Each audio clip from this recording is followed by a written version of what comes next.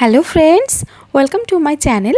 আমার চ্যানেলের আরও নতুন একটি ভিডিও দেখার জন্য আপনাদের সবাইকে ওয়েলকাম, এবং যারা আমার ফেসবুক পেজ থেকে দেখছেন তাদেরকেও ওয়েলকাম জানাই আমার নতুন একটা ভিডিও দেখার জন্য। তাহলে চলুন আজকের ভিডিওটা শুরু করা যাক।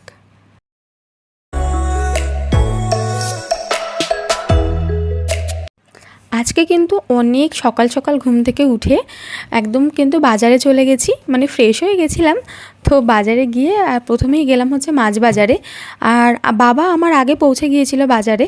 তো ওখানে গিয়ে না বাবা সমস্ত রকম মাছ যেগুলো যেগুলো নেওয়ার নিয়ে নিয়েছিল। তো শেষে আমি যাওয়ার পরে আর কি দেখলাম পমফ্রেটটা নিচ্ছিল, তাই আমি একটুখানি আপনাদেরকেও দেখালাম। মাছ বাজারটা তো পুরো আর ঘুরে দেখাতে পারলাম না, কেন কি বাবার মাছ নেওয়া তো বললাম আগেই হয়ে গেছিলো। আর এখন নিয়ে নিলাম হচ্ছে একটু চিকেন।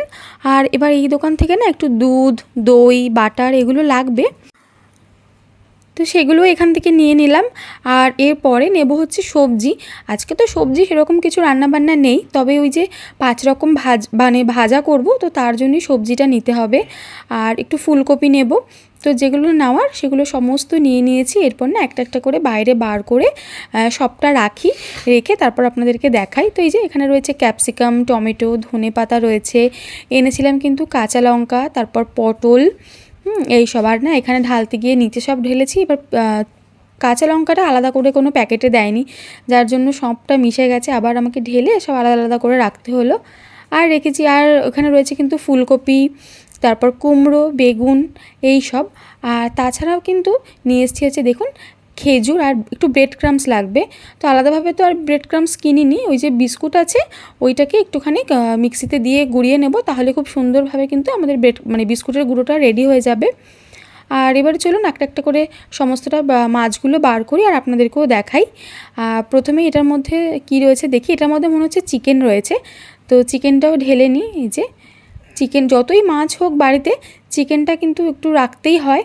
আর আজকে যে দাদাকে আর কি আমরা খাওয়াবো, মানে আইবুড়ো ভাতের একটা প্রোগ্রাম রয়েছে, তো সেই দাদা আবার মাটন খায় না, তো তার জন্য চিকেনটাই আনা হয়েছে। আর আনা হয়েছে কিন্তু বেশ কিছু ধরনের মাছ, যেরকম রয়েছে চিংড়ি মাছ। আর এই পমফ্রেটের সাইজ দেখেছেন, আমার হাতের থেকেও কিন্তু পমফ্রেটটা বড়, আর বিশাল চওড়া একটা পমফ্রেট। আর এই একটা মাছ, মানে একটা মাছেই পুরো একটা প্লেট ভর্তি হয়ে যাবে, এতটাই সুন্দর। আর এখানে রয়েছে কিন্তু কাতলা মাছ, তো কিছুটা কাতলা মাছের পেটি করে আনা হয়েছে। আর একটু তোপসে ফ্রাই করব ডালের সাথে, তো তাই জন্য তোপসে ফ্রাইয়ের জন্য তোপসে মাছ রয়েছে। আর এখানে রয়েছে পাবদাটা দেখুন, এটারও সাইজ কিন্তু বিশাল বড় একটা। তো চলুন এবার সব কিছু নামানো হয়ে গেছে। আর শেষে এটা রয়েছে কিন্তু রুই মাছ। অ্যাকচুয়ালি একটা রুই মাছের মাথা লাগবে, তো মাথাটা তো শুধু আলাদাভাবে না এনে বাবা এরকম একটা গোটা মাছই নিয়ে নিয়েছে, তো যাতে কি হয় আমাদের পরের দিনও আর কি রান্না করে খাওয়া হয়ে যাবে। তো ওই জন্য গোটা একটা মাছ নিয়ে নিয়েছে। আর এবার একটা একটা করে আজকে রান্না সব বসিয়ে দেব। আজকে না সেরকমভাবে কোনো রেসিপি আর শেয়ার করব না, কারণ অনেকটা রান্নাবান্না করতে হবে, তো আর সবটা আমাকেই করতে হচ্ছে একার হাতে। মা অনেকটা গুছিয়ে দিয়েছে, আর বাকি রান্না করব, তো সেই জন্য কোনো রেসিপি আর শেয়ার করব না, তো এমনি জাস্ট আপনাদেরকে দেখিয়ে দেব। আর ওই যে বাসন্তী পোলাও করলাম, আর আজকে না বাসন্তী পোলাওতে একটু কড়াইশুঁটি দিয়েছিলাম। শীতকালে কিন্তু বেশ ভালো লাগে কড়াইশুঁটি দিলে, আর দেখতেও ভালো লাগে বাসন্তী কালারের রাইসটা। তারপর সবুজ সবুজ যে কড়াইশুঁটিগুলো, কালার বেশ সুন্দর কালারিং দেখতে লাগে। আর তার সাথে কাজু কিশমিশ তো রয়েইছে। আর প্রথমেই কিন্তু রান্না বসিয়ে দিয়েছিলাম আমার প্রিয় একটা মাছের পদ, তা হলো কিন্তু এই দই কাতলা। আমার দই কাতলা খেতে খুব ভালো লাগে। আমি যেখানেই যাই, যদি কোনো রেস্টুরেন্টে যাই কিংবা যদি কোথাও খেতে যাই, তাহলে কিন্তু দই কাতলাটাই বেশি প্রেফার করি। তো ওই জন্য এই মাছটাও আগে রান্না করে নিলাম। আর এরপর হচ্ছে পাবদাটাও রান্না করব। তো মাছগুলো তো ভেজে তুলে নিয়েছি, আর পাবদা মাছ যা ফাটে, তো খুব সাবধানে মাছগুলোকে কিন্তু ভাজতে হয় ঢাকা দিয়ে। আর এরপর মাছের ঝালটা রান্না করব। আর ওই দিকের কড়াইতে কিন্তু আমি রান্না করছি হচ্ছে চিকেন কষা।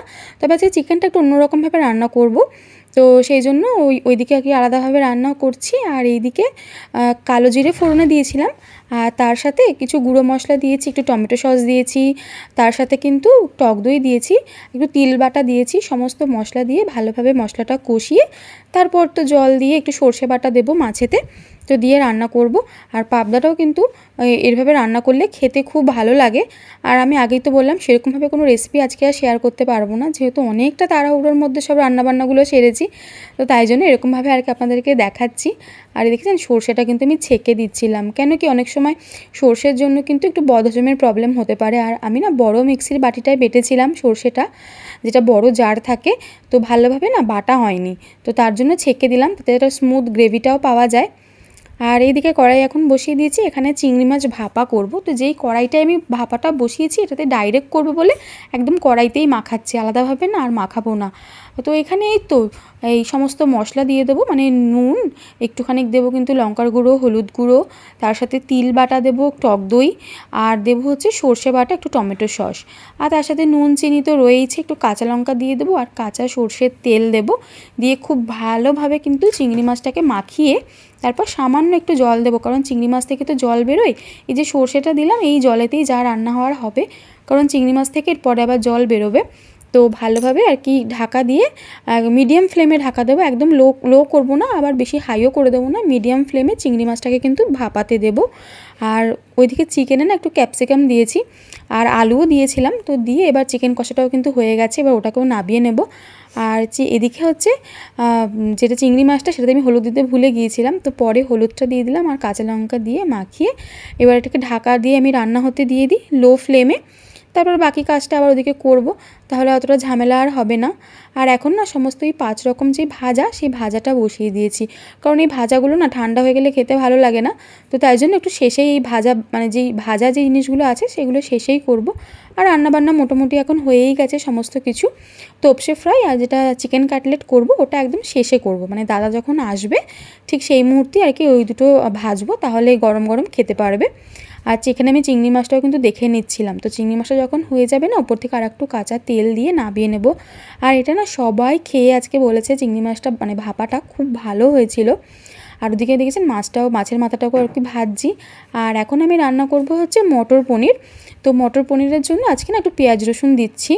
আর নর্মালি আমি পনির রান্না করলে পেঁয়াজ রসুনটা দিই না, তবে আজকে একটু পেঁয়াজ আর রসুনের পেস্ট দিয়ে আর কি মটর পনিরটা রান্না করব। সমস্ত মশলা দেবো, কড়াইশুঁটি দেবো, একটু কাজু দেবো, কিশমিশ দেবো, এগুলোই আর কি।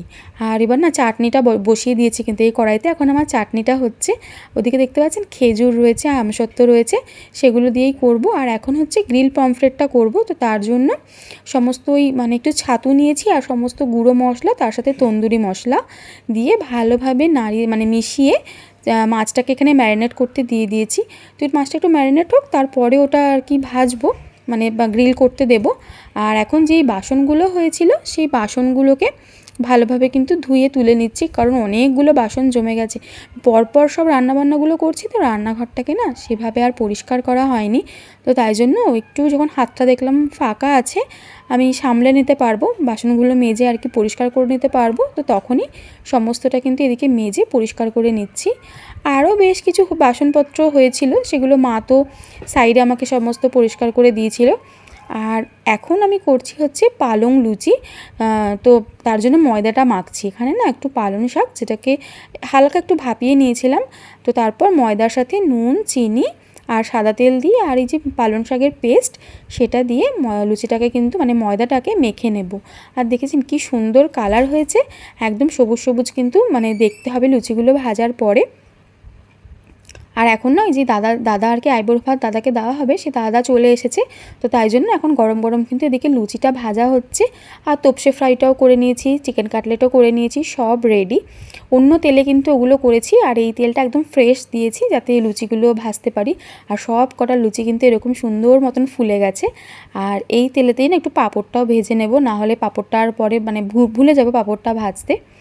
আর সুন্দর করে সমস্ত কিছু মা আর কি সাজিয়ে দিচ্ছে, আমি এনে এনে দিচ্ছি, আর মা কিন্তু এদিকে একদম ফুল দিয়ে সুন্দর মতন সাজিয়ে দিচ্ছে। তো একবার বলে দিই কী কী রান্না হয়েছে।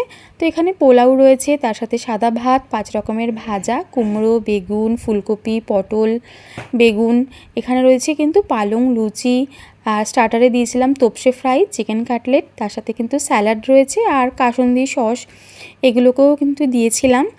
আর এরপরে দেখাই, তারপর কিন্তু ছিল হচ্ছে ভেজ ডাল, যেটা আমি আগেই করে নিয়েছিলাম, ওটা দেখাতে পারিনি। ওই চিংড়ি মাছ ভাপা রয়েছে, গ্রিল পমফ্রেট, দই কাতলা, পাবদা মাছ রয়েছে, এদিকে চিকেন, পাঁপড়, চাটনি, আর তার সাথে কিন্তু এই যে এখানে রয়েছে মিষ্টি, সুন্দরভাবে সব কিছু সাজিয়ে দিয়েছি। এবার চলুন যে দাদার আইবুড়ো ভাত তাকে একবার দেখাই। এই দাদা আমার দাদার সাথে, মানে আমার যে দাদা, আমার দাদার সাথে হচ্ছে অনেক দিনের বন্ধুত্ব বলতে পারেন। এক প্রকার ওই ছোটোবেলাকারই বন্ধু। তো সেই দাদারই আর কি আইবুড়ো ভাত। তো চলুন আজকের ভিডিওটাও এখানে এন্ড করি। দেখা হচ্ছে কিন্তু নেক্সট ভিডিওতে। সবাই খুব ভালো থাকবেন, হ্যাপি থাকবেন, টাটা।